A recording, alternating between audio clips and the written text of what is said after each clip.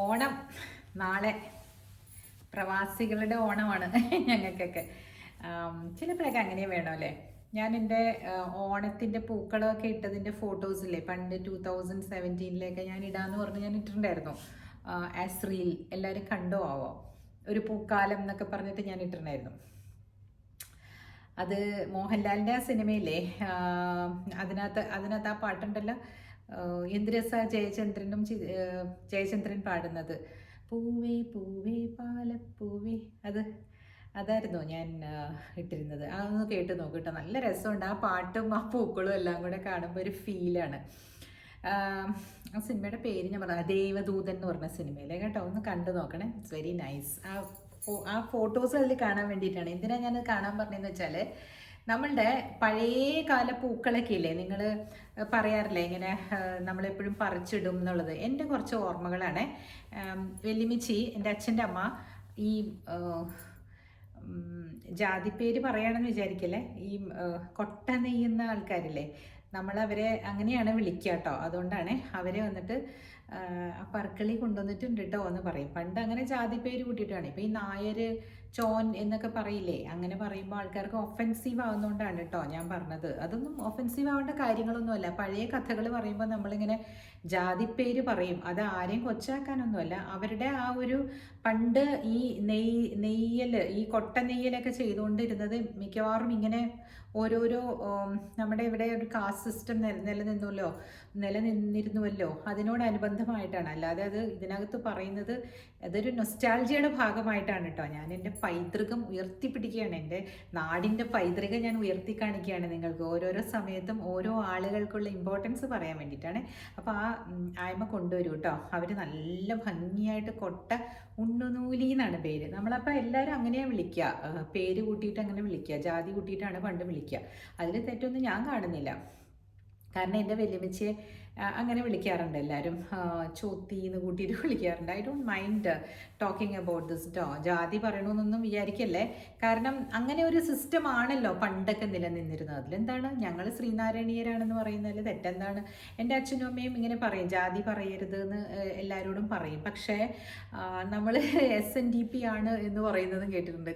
എന്താ ഇതിൻ്റെയൊക്കെ എനിക്ക് അങ്ങനെ ഒരു ഇതുണ്ടായിട്ടല്ല ഞാൻ പറയുന്നത്. I'm telling you because I just wanted to tell you. ഈ ഓരോരോ കാസ്റ്റിനോട് ചേർത്ത് നിർത്തിയിട്ടാണ് ചില കൾച്ചറുകൾ രൂപപ്പെട്ടിരുന്നത്. അതുകൊണ്ടാണ് അത് പറയുന്നത് കേട്ടോ. അപ്പോൾ നമ്മളിപ്പം ക്രിസ്ത്യൻസ് എന്ന് പറയുമ്പം ക്രിസ്ത്യൻസ് അല്ലേ എപ്പോഴും ക്രിസ്മസ് ആഘോഷിച്ചുകൊണ്ടിരുന്നത് പണ്ട്. അതുകൊണ്ടാണ്, അല്ലാതെ ഒരു സ്പർദ്ധ ഉണ്ടാക്കാനോ അല്ലെങ്കിൽ ഒരു മേന്മ കാണിക്കാനോ അല്ല. അപ്പോൾ ഈ കൊട്ട കൊണ്ടുവരും, ആ സമയത്താണ് കൊട്ട മേടിക്കുന്നത്. കൊട്ടകൾ കുറേ ഇങ്ങനെ വലിയ കൊട്ടകളൊക്കെ ഇല്ലേ, നെല്ല് നിറയ്ക്കുന്ന കൊട്ടകൾ. എൻ്റെ വല്യമ്മച്ചി അതൊക്കെ തലയിലേറ്റുമായിരുന്നു പണ്ട്. എങ്ങനെ അവരൊക്കെ അത് ചെയ്തിരുന്നതെന്ന് എനിക്ക് അറിയില്ല കേട്ടോ. ഇപ്പം എനിക്കതൊന്നും ഇങ്ങനെ പൊക്കി മാറ്റി വെക്കാനുള്ള കരുത്തോ ശേഷിയോ ഇല്ല. അത് അന്നത്തെ കാലത്ത് ആളുകൾക്ക് ആ ഒരു മസിൽ പവർ ഉണ്ടായിരുന്നു അല്ലേ. ഇപ്പോൾ ജിമ്മിൽ പോയിട്ട് മസിൽ ഉണ്ടാക്കും എന്നാണ് പറയണം. അതുപോട്ടെ. അപ്പം ഈ കൊട്ടയിൽ ഒരു ചെറിയ കൂട പോലെ, എന്നിട്ട് ഇങ്ങനെ ഒരു പിടി ഉണ്ടാവും. നിങ്ങളെല്ലാവരും കേൾക്കുന്നവർ അത് കേട്ടിട്ടുണ്ടാവും അല്ലേ, ഉപയോഗിച്ചിട്ടുണ്ടാവും. എൻ്റെ പ്രായമുള്ളവർ, കുട്ടികളെല്ലാവരും തന്നെ അത് ഉപയോഗിച്ചിട്ടുണ്ടാവും. ഓരോരോ കൊട്ട, ഞാനും കുഞ്ഞോളും, അപ്പുറത്തെ വീട്ടിലെ വലിയച്ഛൻ്റെ മകളാണ്, ഞങ്ങൾക്ക് ഓരോരുത്തർക്കും അവിടെ വലിയച്ഛന് ഒരെണ്ണം വാങ്ങിച്ചു കൊടുക്കും, എനിക്ക് ഇവിടെ ഒരെണ്ണം വാങ്ങിച്ചു തരും. 1 2 ഉണ്ടോ. എന്നിട്ട് അതിൽ തുമ്പപ്പൂ നുള്ളാൻ പോകും. അതിൽ ഒരു നല്ലൊരു വാഴയിലയോ എന്തെങ്കിലും ഒരു ഇല വെച്ചിട്ട് അതിനകത്ത് കിട്ടുന്നത് സെഗ്രിഗേറ്റ് ചെയ്ത് നോക്കി. ഇങ്ങനെ സെഗ്രിഗേറ്റ് ചെയ്തിരിക്കും അത്, കാരണം കലർന്നു പോരുതല്ലോ. കുറേ ചില സമയത്ത് നമ്മൾ അരിപ്പൂ എന്ന് പറഞ്ഞിട്ട് അതൊക്കെ ചിലപ്പോൾ ഇങ്ങനെ പറിച്ചെടുക്കും. പിന്നെയാണ് വല്യമ്മച്ചി പറഞ്ഞ്, മോളെ അതിൻ്റെ മോളിൽ നിന്ന് ഇങ്ങനെ പൂവ് ഇങ്ങനെ എടുത്തുകൊണ്ട് പോകും, അത് പിന്നെയും വലുതാകും എന്ന് പറയും. ചിലതൊക്കെ ബഡ്സ് പറിച്ചുകൊണ്ട് വരികയെ, അപ്പോൾ അടുത്ത ദിവസം പൂവുണ്ടാവില്ല. പിന്നെ അങ്ങനെയൊക്കെ പറഞ്ഞ് നമ്മളിതൊക്കെ പഠിക്കുകയാണ്. തെച്ചി, മന്ദാരം, തുളസി, പിന്നെ ചെമ്പരത്തി, പിന്നെ ഈ അരിപ്പൂവ്, പിന്നെ ശംഖുപുഷ്പം, സൂര്യകാന്തിയൊക്കെ ഉണ്ടെങ്കിലും അതൊക്കെ പറിക്കും നമ്മൾ കേട്ടോ. 2-3 തരം സൂര്യകാന്തിയൊക്കെ ഉണ്ട് അവിടെയൊക്കെ. പിന്നെ കുറേ നാൾ കഴിഞ്ഞപ്പോൾ സീനിയ എന്ന് പറഞ്ഞിട്ട് കുറേ പൂക്കൾ, അത് പ്ലാസ്റ്റിക് പോലെ ഇരിക്കും, അത് കുറേ നാൾ നിൽക്കും. പക്ഷെ അതും നമ്മൾ നട്ട് വളർത്താറുണ്ട് ഓണത്തിന് വേണ്ടിയിട്ട്. പിന്നെ ബാൽസം എന്നാണ് പറയണേ, അത് കണ്ടിട്ടില്ല, ഇങ്ങനെ പലതരത്തിലുള്ള ബാൽസം പൂക്കൾ, അത് പെട്ടെന്ന് ഇങ്ങനെ വളരും. പിന്നെ വന്നിട്ട് കോസ്മോസ്, പിന്നെ വെന്തിപ്പൂ, ഇതെല്ലാം മുറ്റത്തുണ്ടാവുന്നതാണ് കേട്ടോ. ഒന്നും നമ്മൾ വാങ്ങിച്ചിട്ടില്ല. ഈ ആ ഒരു കാലഘട്ടത്തിൽ എല്ലാ പിള്ളേരും അങ്ങ് പരീക്ഷ കഴിഞ്ഞ് കഴിയുമ്പോൾ ഓട്ടമാണ് ആർക്കാണ് ആദ്യം കിട്ടുന്നതെന്ന്. അങ്ങനെ കുറേ പൂക്കൾ ഞാൻ ഞാൻ എൻ്റെ കൈകൊണ്ട് പറിച്ച് ഞാൻ മണത്തുമൊക്കെ ശീലിച്ചിട്ടുണ്ട്. അപ്പം ചിലതൊന്നും മണക്കരുതെന്ന് പറയും. ഈ പാലയുടെ പൂവില്ലേ, അതിനെന്താ നിങ്ങൾ പറയുക, കള്ളിപ്പാല എന്നാണ് നമ്മൾ പറയുക. അതിങ്ങനെ കയ്യിലിങ്ങനെ ഒട്ടും പശ പോലെ. അതിന് പല സ്ഥലത്തും പല പേരാണ് പറയുന്നത്. മഞ്ഞ കളറിലെ ഇങ്ങനെ ഉള്ളിൽ നിന്ന് ഇങ്ങനെ വരുന്നത് വെള്ളയായിരിക്കും. പിന്നെ പാലപ്പൂ എന്നാണ് നമ്മൾ അവിടെയൊക്കെ പറയുക.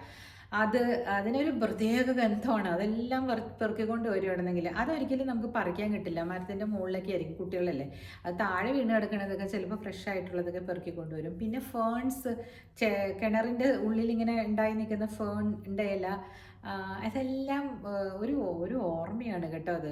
എനിക്ക് ഇപ്പോൾ ഓർക്കുമ്പോണ്ടല്ലോ എനിക്ക് എന്തൊക്കെയോ ഒരു ഫീലിംഗ് ആണ്. പണ്ടൊക്കെ നൊസ്റ്റാൾജിയ എന്ന് പറഞ്ഞു കേട്ടിട്ടല്ലേ ഉള്ളൂ, അനുഭവിക്കുമ്പോഴേ അത് അറിയുള്ളൂ. നിങ്ങളിപ്പോഴും കേരളത്തിലിരുന്നിട്ട് നേരെ പോയി പൂച്ചന്തയിൽ പോയിട്ട് തമിഴ്നാട്ടിൽ നിന്ന് കൊണ്ടുവരുന്ന പൂക്കൾ വെന്തിയും എല്ലാം മേടിച്ച് നല്ല കളർഫുള്ളായിട്ട് ഓണം ഇടുന്നവരുണ്ടല്ലേ.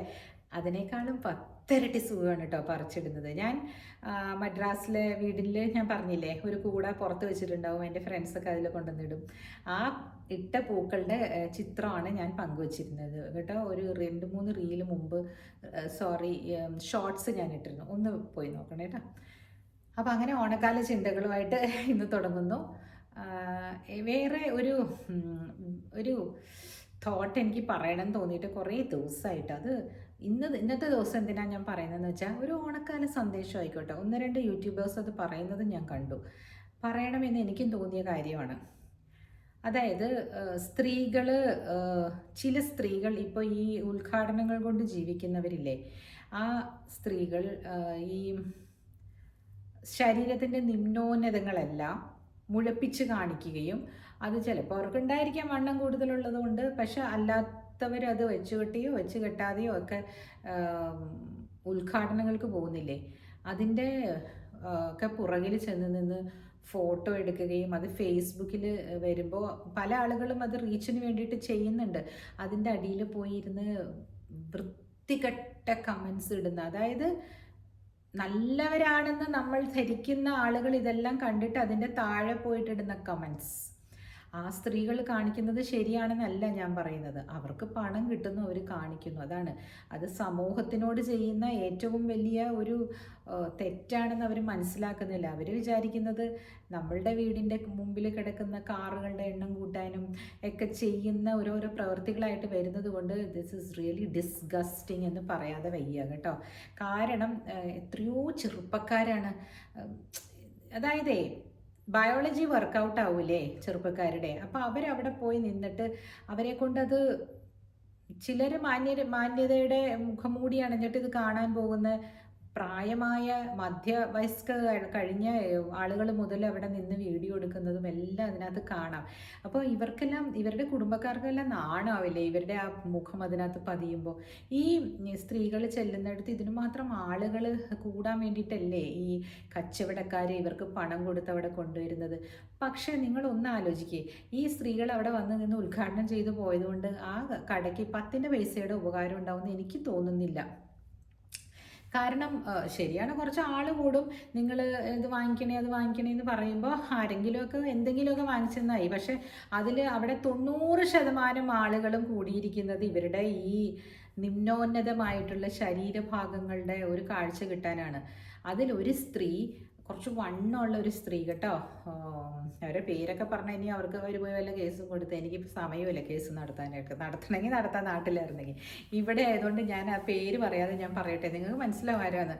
അവർ നിപ്പിനില്ല, ഇങ്ങനെ നിന്നിട്ട് 360 ഡിഗ്രി ഇതിങ്ങനെ ഒന്ന് കറങ്ങും ക്യാമറയുടെ മുമ്പിൽ. അവർ മുമ്പിൽ നിൽക്കുമ്പോൾ മുൻവശ കാഴ്ച, ബാക്കിലെ കാഴ്ചയും വരണ്ടേ, അതിന് വേണ്ടി ഒന്ന് കറങ്ങും.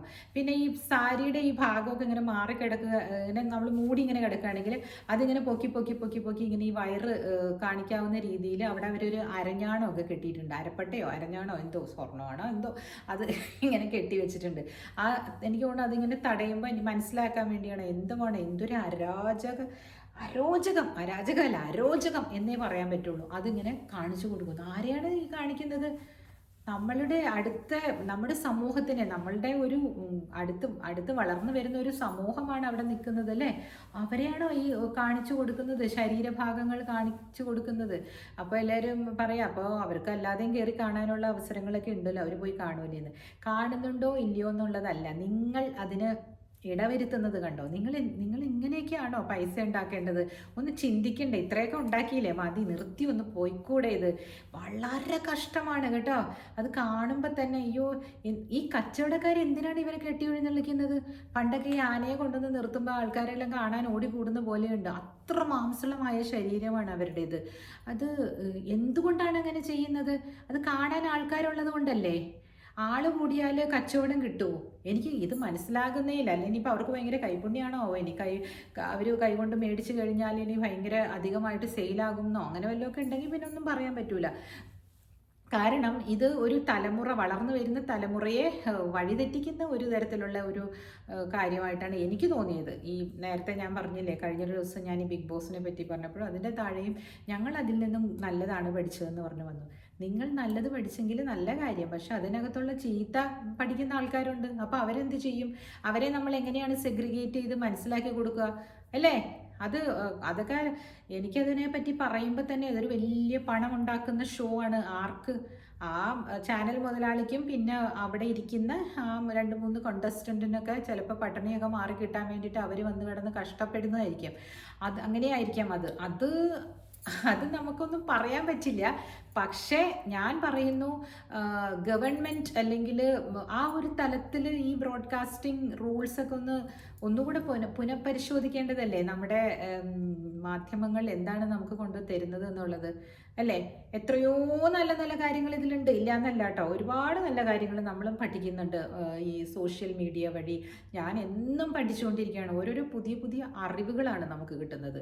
പക്ഷേ ആ അറിവുകൾ സെഗ്രിഗേറ്റ് ചെയ്യാൻ പറ്റാത്ത ഒരു ജനതയ്ക്ക് മുമ്പിൽ വന്നിട്ട് ഇത്തരത്തിലുള്ള മാംസള പ്രദർശനമൊക്കെ നടത്തുന്നത് എന്തോ എനിക്കത് കണ്ടിട്ട് പറയാതിരിക്കാൻ വയ്യ. 2-3 പേര് അതിനെ വളരെ മ്ലേച്ഛമായ ഭാഷയിലും കൂടെ ആളുകൾ അതിനെപ്പറ്റി വിമർശനം പറയുന്നത് കേട്ടു. നമുക്കത്രയും മ്ലേച്ഛമായിട്ട് പറയാൻ പറ്റില്ലല്ലോ.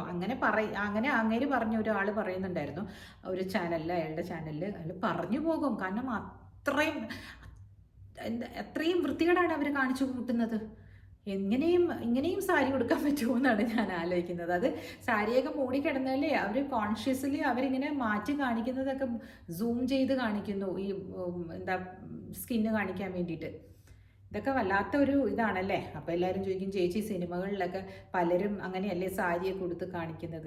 അത് സിനിമയിൽ റിയലായിട്ടല്ലല്ലോ ഇങ്ങനെ കാണുന്നത്. നമ്മളിത് കുട്ടികൾ നേരെ ചെന്ന് ഇങ്ങനെ കാണുകയാണ്. അവരുടെ ആ ഒരു നല്ല ഊർജം എങ്ങോട്ടൊക്കെയാണ് ഡൈവേർട്ടായി പോവുക. വൈകുന്നേരം വീട്ടിലെത്തുമ്പോഴേക്കും അവരെന്തൊക്കെയായിരിക്കാം ഇൻസ്റ്റഗ്രാമിലും വെബിലുമൊക്കെ തേടുന്നത് ഒന്ന് ആലോചിച്ച് നോക്കൂ.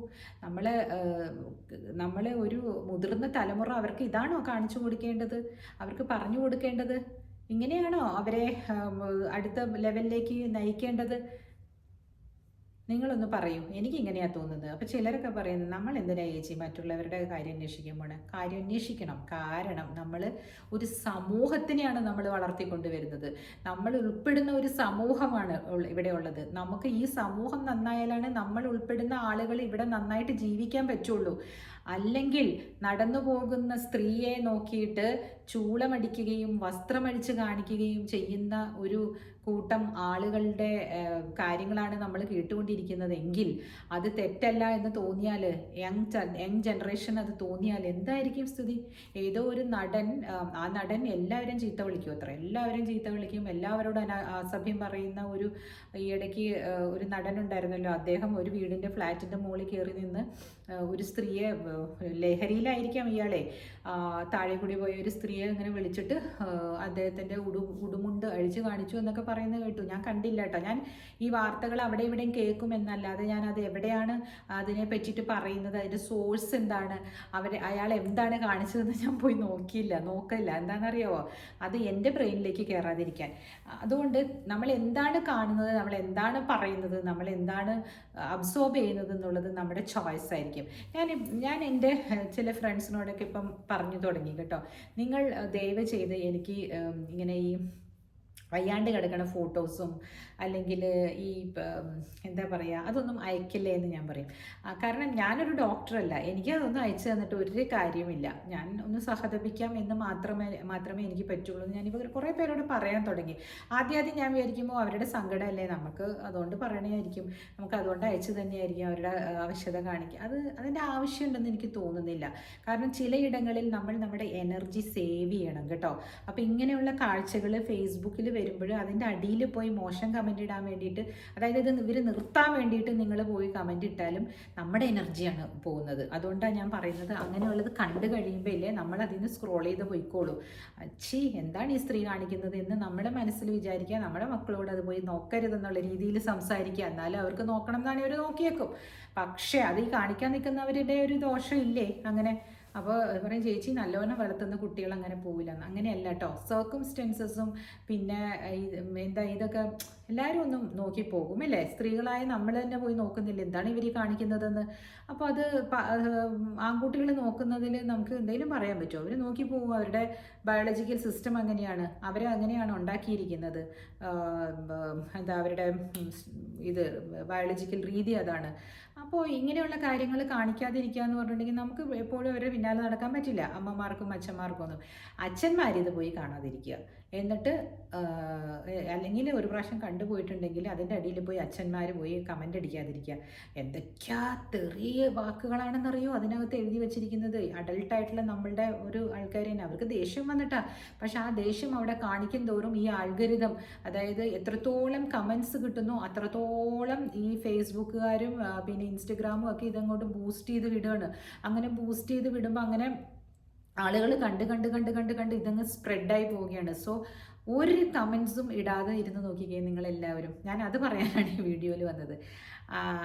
അതായത് തമിഴിൽ പറയുന്ന അസിംഗമാന വീഡിയോസൊക്കെ കീഴെ പോയിട്ട് നിങ്ങൾ കമൻസ് ഇടാതിരിക്കൂ.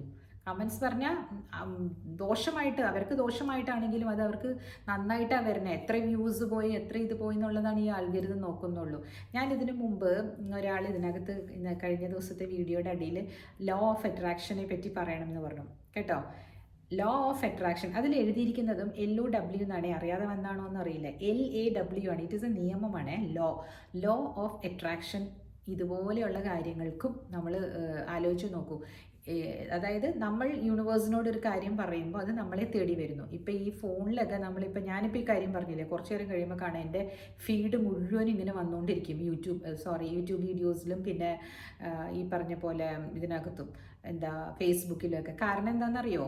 AI നമ്മളുടെ സൗണ്ടിൽ പിടിച്ചെടുക്കുന്നുണ്ട്. ഇങ്ങനത്തെ വീഡിയോസ് എന്നൊക്കെ നമ്മൾ പറയുന്നത്, ഉദ്ഘാടന വീഡിയോസ് എന്ന് പറയുന്നതൊക്കെ ഇപ്പോൾ പിടിച്ചെടുത്തിട്ടുണ്ടാവും.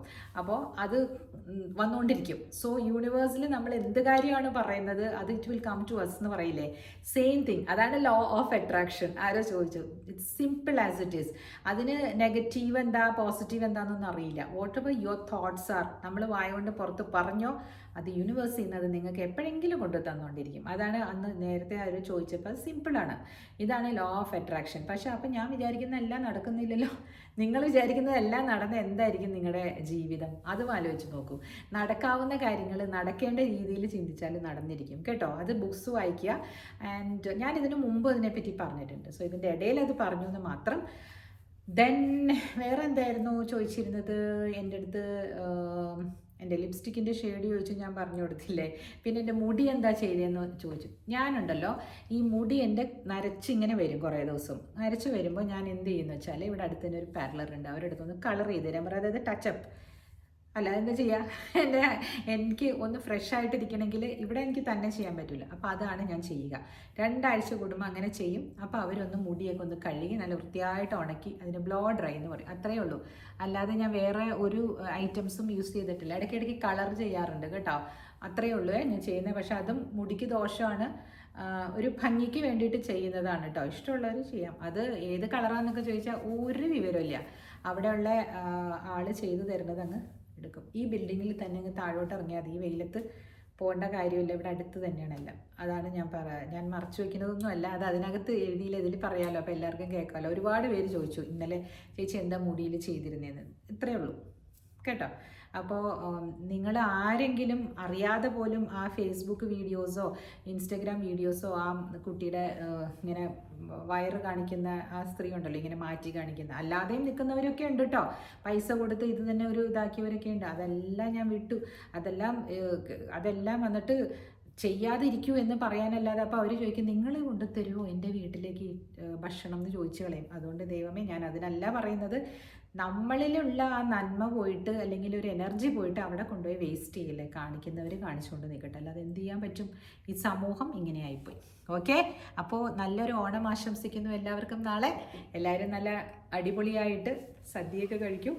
സദ്യയൊക്കെ കഴിച്ചൊക്കെ കഴിഞ്ഞ് നമുക്ക് നാളെ വീണ്ടും കാണാം, ഓണവിശേഷങ്ങൾ പറയാം. അപ്പോൾ ശരി, ബൈ.